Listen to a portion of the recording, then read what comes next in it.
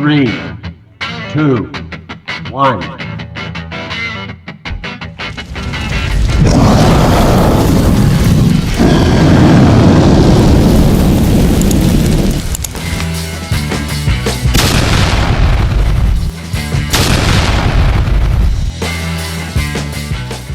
Area 51. What is it and what goes on there? Located at Groom Lake in the middle of the barren desert of southern Nevada, Area 51 is a U.S. Air Force installation that has become infamous for a speculated connection with unidentified flying objects, UFOs.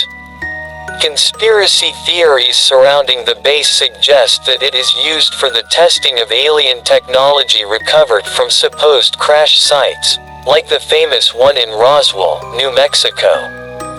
This has been fueled by the fact that the base was a secret for many years and is still inaccessible to the general public. As a result, this innocuous-looking military installation has become an intrinsic part of the modern mythology and urban legends of the 20th century, with a large influence on media and pop culture.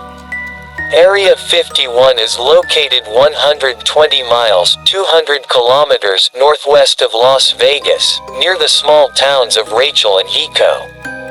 The title, Area 51 inches, seems to come from the designation the base had on Atomic Energy Commission maps, with this name sticking in the mind of the public but mostly unused by the military. Established in 1955 as part of the Nevada Test and Training Range Complex, the area was also given the name Paradise Ranch, in an attempt by aerospace company Lockheed to draw employees to the base. Today, the base and the wider Nevada Test and Training Range Complex are part of the Nevada National Security Site (NNSS), with the CIA referring to it as the Groom Lake and Homey Airport. Though satellite imagery of the site had been restricted, since 2018 the base has been visible on Google Maps.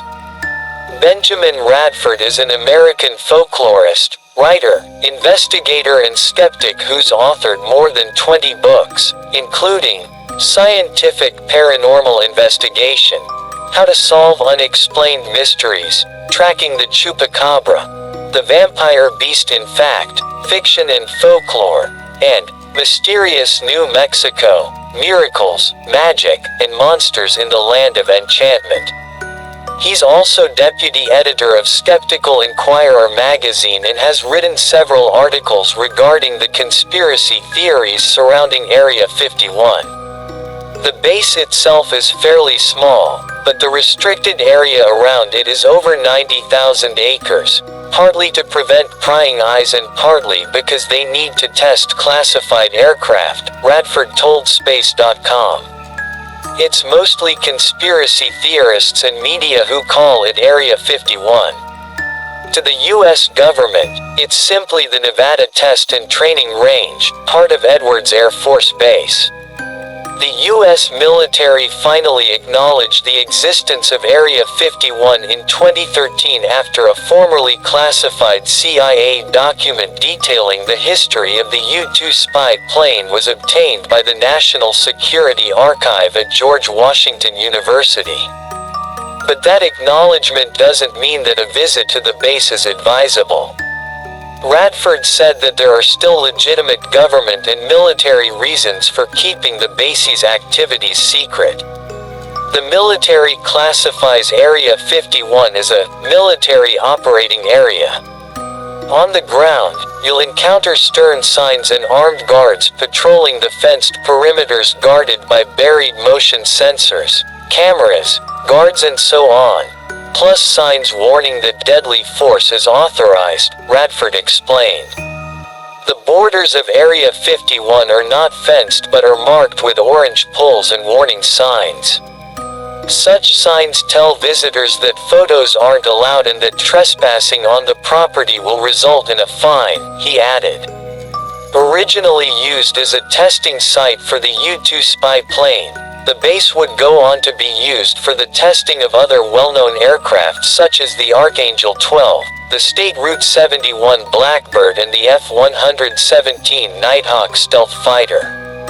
The testing of new and secretive military aircraft is likely responsible for much of the connection between Area 51 and UFOs, especially when considering that the term UFO doesn't directly refer to alien spacecraft, despite how it is often perceived in pop culture. It's true that strange lights and aircraft can sometimes be spotted in the area, so it's an obvious leap to UFOs, but of course, new aircraft might look identical, Radford explained. The basic, flawed premise behind the Area 51 mythology can be boiled down to this. The government won't reveal what's going on there, so it must be something ultra super amazingly secret. What we call Area 51, he added, is only one of many military bases, national laboratories and government scientific research centers across the country that deal with classified, even top secret, information, and where workers and visitors need security clearances. There's no reason to think that anything UFO related is going on, Radford said. Aside from the sightings of strange craft, Area 51 mythology was enforced in 1989 when a man named Robert Lazar claimed that he worked on extraterrestrial technology inside the base. Lazar told Las Vegas television reporter George Knapp that he had viewed autopsy photographs of aliens inside Area 51 and that the U.S. government used the facility to examine recovered alien spacecraft. Lazar himself was discredited, but his claims resulted in numerous government conspiracy theories, most of which involve extraterrestrial life.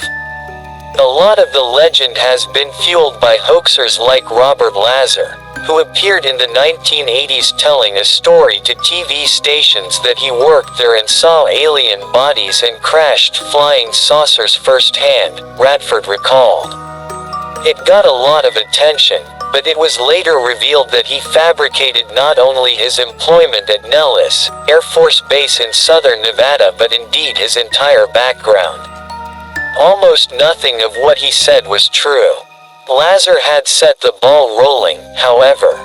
No matter how fallacious the rumors of alien tech in Area 51 were, the connection was cemented into the public consciousness and pop culture.